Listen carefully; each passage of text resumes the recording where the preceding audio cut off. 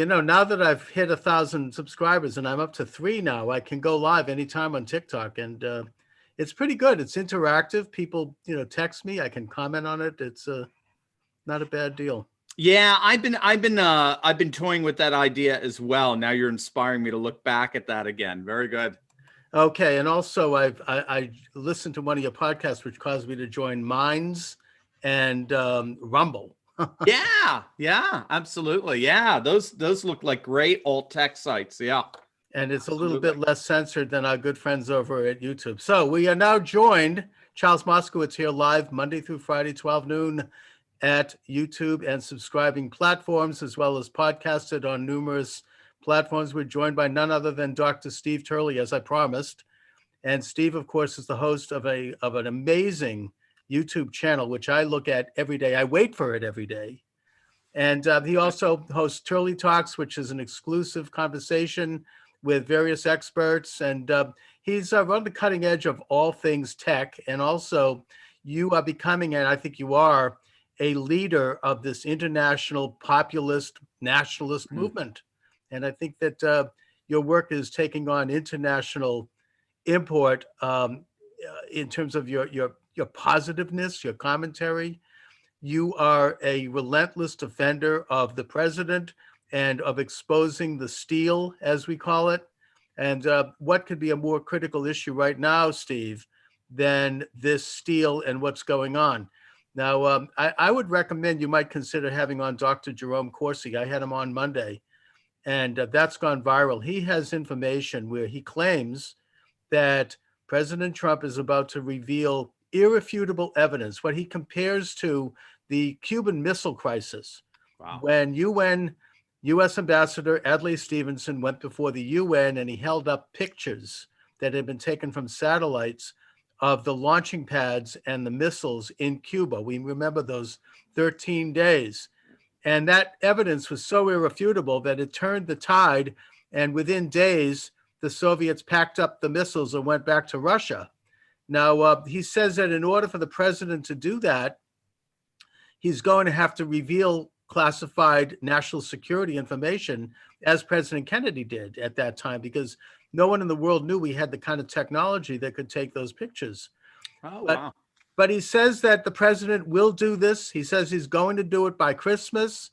He met with Sidney Powell at the White House Friday night, along with Lieutenant General Michael Flynn.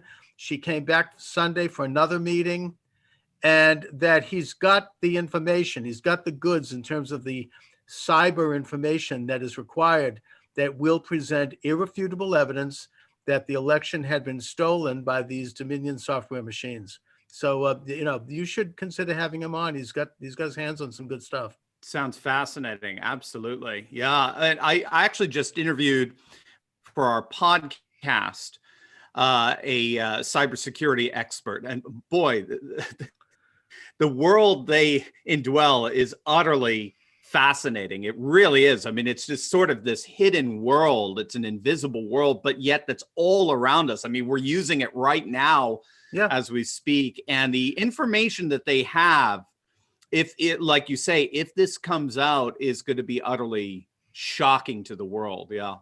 Well, it's extremely important, not just because of the fact that they are trying to steal the election by manipulating cyber technology, if that be the case, and I think evidence suggests that it is, but that we need to understand this if we're going to be a free people, because if they're going to be able to manipulate cyber technology, we're not going to have any freedom left in the world.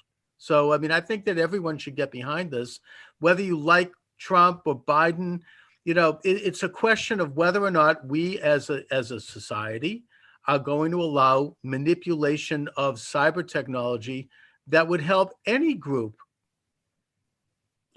Absolutely. I mean, it's the quintessential technocratic tyranny that we've been so worried about. C.S. Lewis warned us about it in the 1940s, as did George Orwell and others.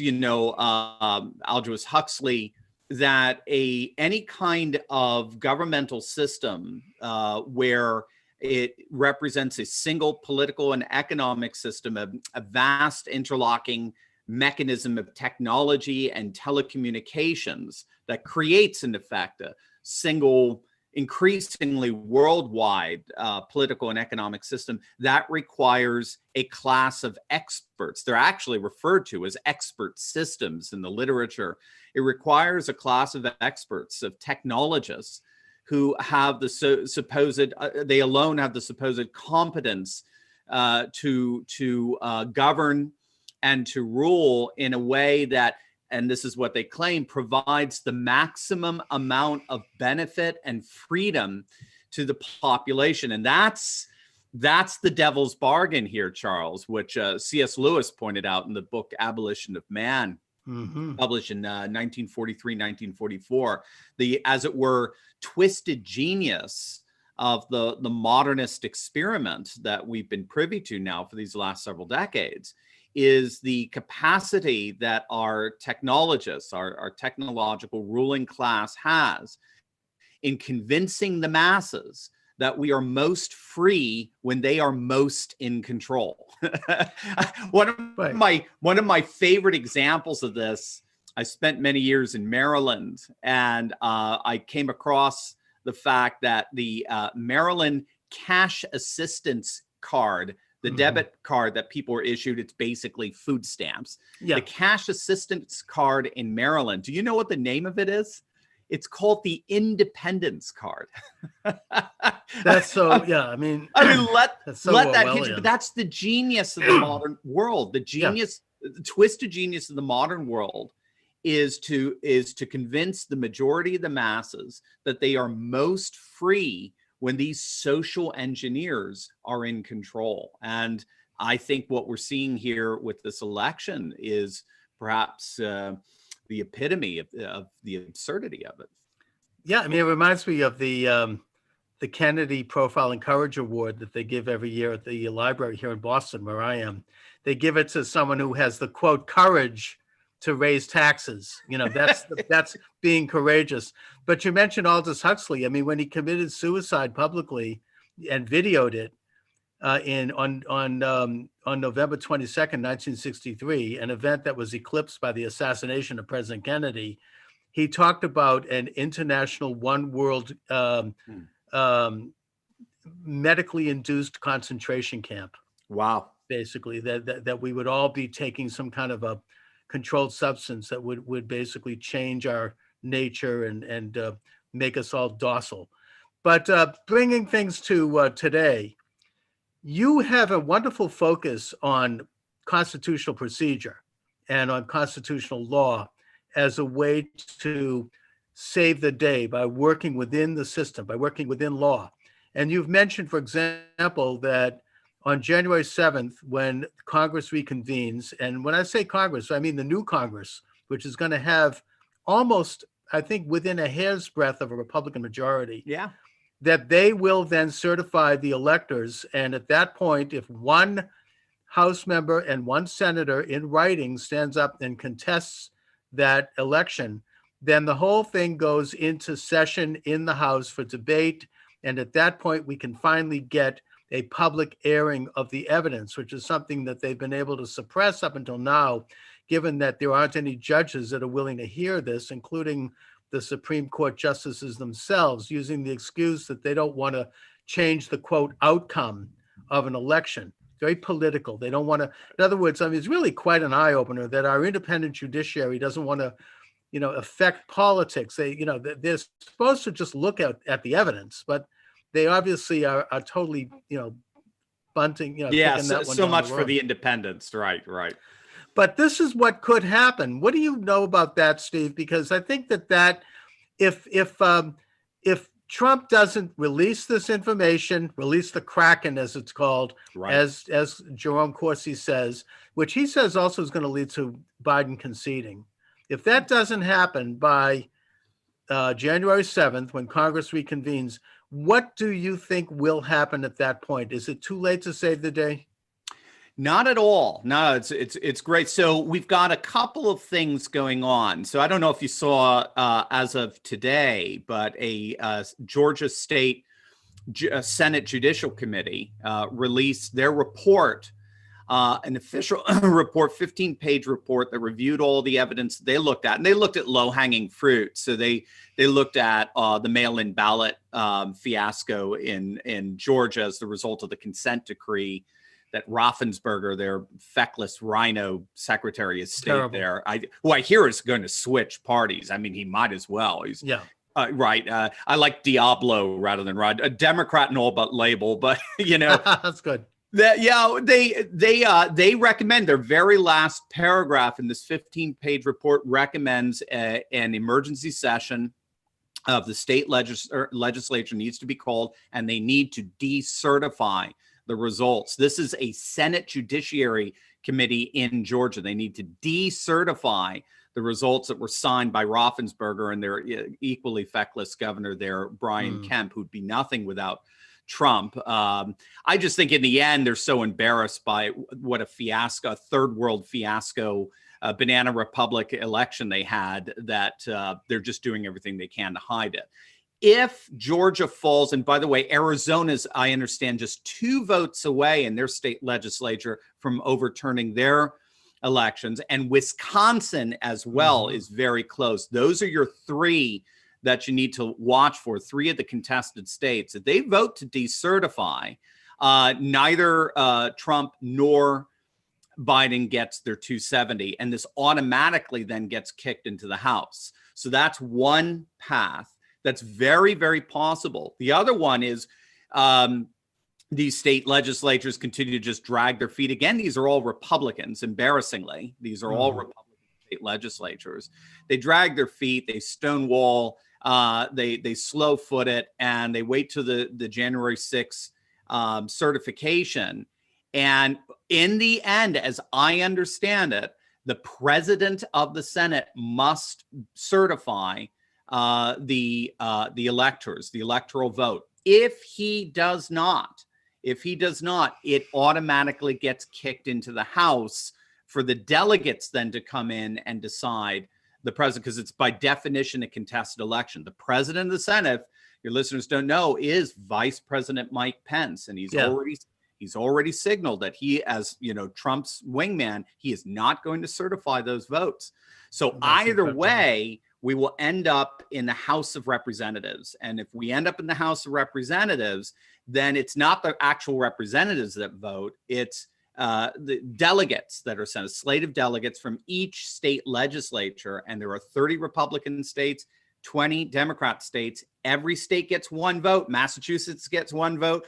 California gets 1 vote. And Trump wins re-election easily. So this is not over. And what I've been so fascinated by is my reporting on this, and my analysis of this is 100% bound up in Trump's efforts. If I saw Trump waning, if he started hanging his head, if he started calling Biden president-elect, if he started doing all that, I wouldn't even be giving this a time of day. I'd be like, it's over, it's done.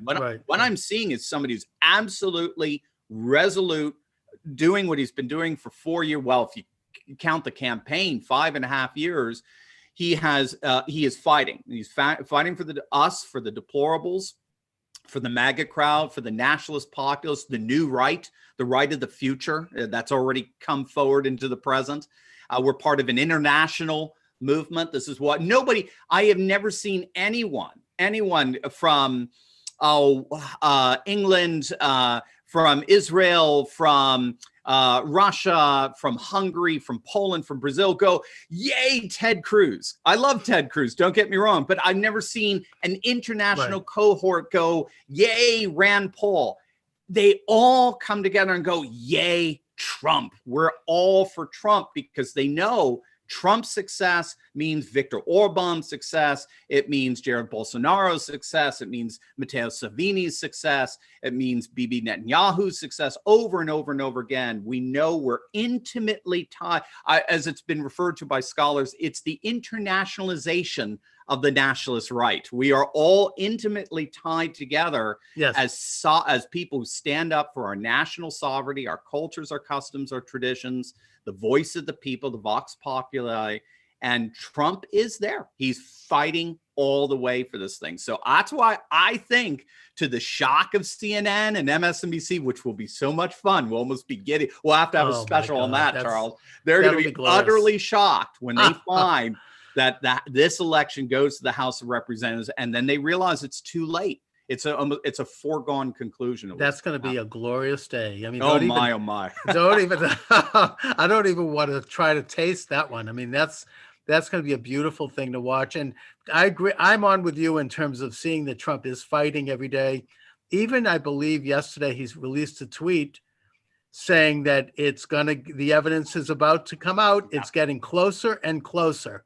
And I think that I've noticed that on my Twitter page and on my TikTok, which has gone viral, and all the rest, the comments against me and what I'm doing are getting nastier and are getting more shrill, which is, I know it's anecdotal, but it tells me that they are getting concerned. Otherwise, they just ignore it. And I think that things do seem to be moving in a point of critical mass, in that the evidence cannot be censored by those who are blacking it out. They cannot continue with their happy talk about who Biden is going to appoint to which office and pretend as if, their titular head is going to be anointed. And I think that if Biden hasn't conceded by January 7th, which is what Dr. Corsi predicts, because the criminal investigation has reached a point where he doesn't want to go to jail, and that there'll be some kind of an informal deal struck for him to simply concede, then it will end up going in the House. I mean, you already have, I think President Trump has met with a half a dozen House members. There are several senators that have said that they at least are considering it, including Ted Cruz, Josh Hawley, and I think Ron Johnson and Rand Paul. Yeah. The new Senator-elect Tuberville of Alabama took a phone call from Trump where they talked about it. So I think that it's likely that they'll get at least one U.S. senator to sign on. And this is not unprecedented. It was tried in 2004, where the Democrats had one House member and one senator, Barbara Boxer, sign a letter contesting the Ohio race, and it was heard in Congress and struck down because there was no evidence. But in this case, there is overwhelming evidence, and it is going to open up a can of worms. That's right. That's right. Said so well, Charles. Said so well. Absolutely. And again, 74 million deplorables are not going away. I mean, that's Ted Cruz said it that bluntly. We're not going away. There's been a total blackout of this, as you mentioned, in the mainstream media. And yet a plurality, 47% believe that the election was stolen, that there was clear fraud, and that a clear majority wants to see the various legislatures get to the bottom of this. We all want election integrity. If we get to the bottom of this and President Trump loses, amen. Nope, we'll lick our wounds and we'll get ready for 2024. Well, 2022 and the midterms and the GOP slaughter there, that the red wave. So no problem.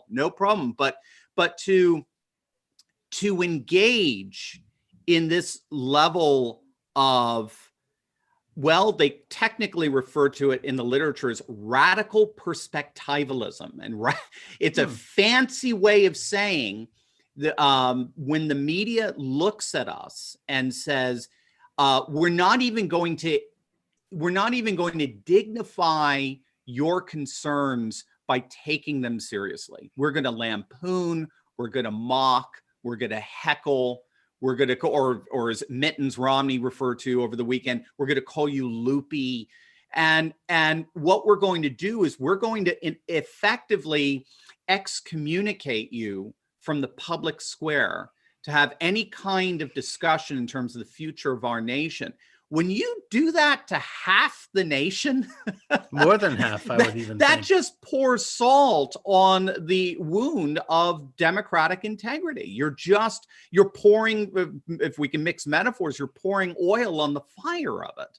And so that's only exacerbating. It's only adding a fuel to the populist revolt that, wait a minute now, I think there's two classes here. There's the rule rulers and the ruled. There's the political class and the people. And the political class sticks their fingers in their ears. They rule in accordance with their own concerns, with their own benefit, which is so much at the expense of the concerns and benefits of the people they claim to represent. This is what made Republicans so furious at Mitch McConnell last week and say, oh, the Electoral College has spoken. No, it hasn't. The whole thing is it stinks to high heaven. Why don't you give our concerns the time of day that those concerns deserve? And this is just adding to the fuel of a populist revolt. It's just corroborating the very concerns that populists put forward. Populists are very, very suspicious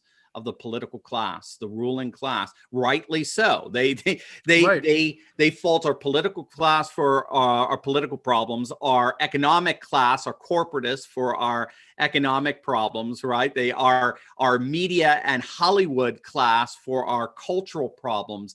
They rightly fault our elite, this ruling class, for all the problems that we see in our society. And the very fact that all they do is lampoon and mock us and ridicule us just corroborates the fact that they govern according to their own interests and their own benefit at the expense of ours. Yes, very well put. And I think that people are seeing that, us effers out here, as the pretended press secretary to Biden referred to us, are seeing that. You're right in terms of pointing out the international nature of this. I believe that a few days ago, there was a big rally in Japan, in Kobe, with Trump signs and American flags. Israel's had a rally. I mean, this is an international question because it gets to very fundamental issues of freedom and of the nation state and of making respective nations great again.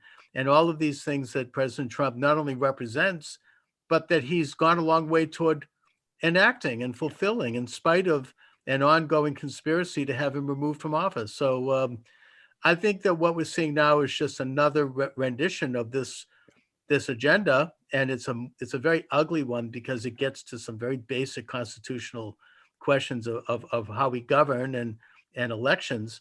But God willing, and and because of the actions of good patriots like yourself and people out there, we can take measures to stop this thing. I mean, I'm doing my little bit by doing this show. I think that people who are living in the so-called battleground states, which were targeted for this, they need to put pressure on their state reps and their state senators, most of whom are Republican, to take their constitutional prerogative and appoint their own electors, and to not do it in a nice way, but threaten them and say, look, if you don't do this, we're going to run against you. We're going to get you out of office. We're going to oppose you. And that's, in a sense, the very mechanism that the left loves to crow about, democracy. That's how it works. It's not that these people, we like these people, but they do ultimately represent us, and they do ultimately respond to pressures brought by us. So that's where it's at. I think the state legislatures, and obviously if President Trump releases the Kraken, that'll turn the tide in terms of the boldness of senators and of other people to step up. Absolutely, and there's still at least a glimmer of the court cases focusing on the improprieties as well. So you're hitting on the three verticals as Steve Bannon refers to it. So of this election here, so that your basic good old fashioned ballot stuffing, the 2000 affidavits, talking about eyewitness of this stuff, the suitcase gate, that's one vertical.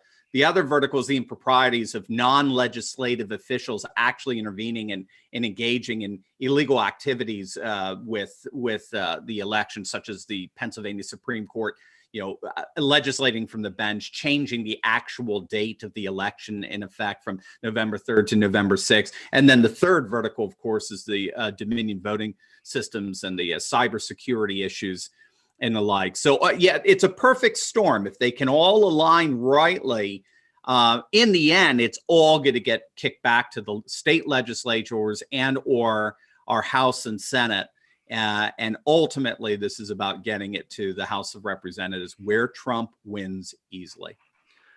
On the judicial front, it seemed to me that the Texas case that reached the Supreme Court and was rejected was a pretty solid case, in that you had these states basically making up laws within days of the election, even in the case of Pennsylvania after the election, and doing so without the imprimatur of their state legislators, which the Constitution says in black and white, Article 2, Section 2, that the state legislators, not the governors, not the bureaucrats, not the judges, shall make election laws. That's why, for example, in Georgia, there's a runoff for the 2 Senate seats, because the state legislators in that state, I think probably decades ago, put in a law that says that if any candidate receives less than 1%, there has to be a runoff. And by the way, Steve, you mentioned that both Republicans are ahead there. Yeah. So, which is wonderful. But I think that it was the Supreme Court's obligation to take that case. I know. And that the fact that they said that it was out of their standing, I mean, that's exactly what is in their standing. So this gets to the question of these rumors, and I haven't heard this, but rumors that a clerk taped a conversation with the justices where Chief Justice Roberts basically banged the table and yelled every obscenity and said, we can't accept this vote because this would mean that, we're going to, there'll be riots, there'll be looting. So therefore we can't do this. And there's also rumors that he conspired with Justice Stephen Breyer to make sure that Trump was not reelected, or make sure that MFer is not reelected. I don't know if you have any information about that, but if that's true, then Roberts really should be forced to step down. Yeah, no question. I've heard the same thing. I actually did a video on it. There's a flaw in it, in that apparently the Supreme Court has not met in person now for months. Okay. Since the COVID restrictions. So, and half of them are pushing octogenarian, so they're in their cushy little Georgetown homes, I'm sure. So that's the one flaw in it. But I don't think there's any question. I mean, Alan Dershowitz said this, the Harvard constitutional professor. He said it was a clear signal, particularly by Roberts. He doesn't want to touch this thing. He doesn't want to go near it. He doesn't want the Supreme Court involved in it. And but again, at just some point, it seems like they're going to have to get involved in some way. I mean, it's when you're dealing with such clear improprieties among particularly these 4 states, Wisconsin and Michigan and Pennsylvania and Georgia, with like you said it perfectly in that sense. The U.S. Constitution gives what's called plenary authority to state legislatures to oversee elections. Not even governors have authority here. So it all goes back to these state legislatures, and they're going to have to deal with it. It seems to be at some point. Again, it just adds fuel to the fire, the notion that there are 2 classes. There's your political class and there's everybody else. And the political class gets to operate in accordance with their own concerns. And they're completely they appear arbitrary because they are. The concerns of the political class have very little to do with us. So, we'll see. I don't know. Lynn Wood also alluded to this. You talked about Breyer and Roberts. We'll have to see how it fleshes itself out. But at this point, it does indicate that our legal system has been compromised by politics. I mean, that is, I think, the inescapable indicator. At the very least, the Supreme Court could have heard the arguments presented by the Texas case, when you have so many Republican states joining in on it, to just dismiss it. Again, it just comes across that, this is our oligarchy. This is our aristocracy who just says, eat cake and leave us alone. Yeah. Although now with the outrage over that, President Trump has resubmitted the case of Pennsylvania, and maybe they'll be forced from popular opinion to do something. Anyway, Steve Turley, listen, I want to thank you for joining me. As always, it's an honor and a pleasure. Please let my listeners and viewers know where they can get your excellent books and watch your excellent YouTube channel, and any other information you'd like to impart. Oh, thanks, Charles. Yeah, they can go to, if they're interested in my books, just go to Amazon and just punch in Dr. Steve Turley. You see them all there. They can check out my website, Turley Talks, last name Turley, talks like TED Talks.com, or check out our YouTube channel. Just punch in Dr. Steve Turley and you'll find the channel there as well. So. All right. Excellent. Steve, thanks so much as always. Let's do it again soon. Maybe we can have happier news in a week or two. Absolutely, Charles. And a happy Hanukkah to you. Baruch atah Adonai Eloheinu melech ha'olam. That's a lot of Hebrew that I learned in seminary. And a Merry Christmas to you and everyone else. And a Happy New Year. God's richest blessings to you and your audience. Thank you so much for everything you're doing. Thank you. And Merry Christmas to you, Steve. And I'll talk to you soon. Absolutely, Charles. Thank you. God bless.